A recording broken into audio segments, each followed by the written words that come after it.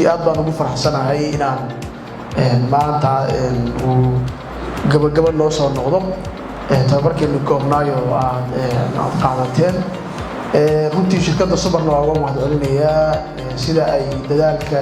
iyo juhdiga ay muujisay iyo nidaamka cusub muxuu ahaa safarada ah oo ay dalku soo kordhisay hadafkeena guud oo tababarkuna wuxuu ahaa sidii dhammaan shirkadda iyo shaqaalaha iyo macaamiishuba ay wada guulaysan lahaayeen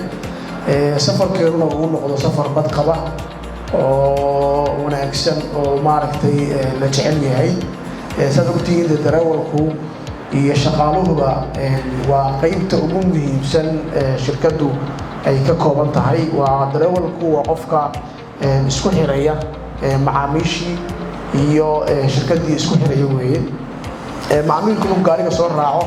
cidda koowaad uu la kulmayo uu la tacaamulayo oo uu la kulmayo waxa weeye waa darawalku weeye ولذلك تباركنا وحنا حاجة وسارين وترولا حاجة لو ساري وهي عيد سفر كانوا ولا سفر بضخمة. عن سجارة عن قطعة ونايا الشركة مدهل سنة بهذا الشقين السي واحد قرن إنسان بيكتشر كأما بروفيل كذا أي كل هاي لما صومالي قال أهم بنتلان يا صومالي وحنا الخيار هاد علينا intaas oo dhan ragga keenay ama gabdhaha keenay inay shirkadu heerka gaadho inay idinka tihiin ay shirkadu ay safarna abaalkiina ay soo koobi karto waxaan idinku baraarujinayaa wali inaad sii laba jibaadaan dadaalka hadda wadaani shirkadu waxay ka kooban tahay saddex oo ah qaybta rakaabka qaybta logistiga ee alaabaha iyo qaybta dalxiiska qaybta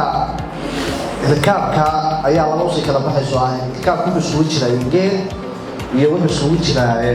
rakaabka caadiga qaybta dalxiiskana isagana way jirtaa oo shirkadu way bixisaa waa service ay bixiso billaah usbuuclaah wiiglaah waan u diyaarnay dadka waddanka jooga inay waddankooda ku dalxiisaa goob walba way u baahan yihiin iyo waliba dadka qurbaha jooga ee waddanka dib u soo laabanaya waanu si fiican u soo dhaweyno aan u geeyno goobaha dalxiiska ee waddanka qaybta rakaabkana runtii waxaanu keennaa ama ku soo dhaweynaa qof walba kursigiisa isagoo laba hab saddex habba ku soo goosan kara tigidhkiisa applicationka balaafo uu la soo degaya balaa storeka kadibna uu ka qaadanayo oo halkaa ku qoosanayo uu ka arkayo kuraasta bannaan ama qaybta offline-ka oo ah xidig 2 gees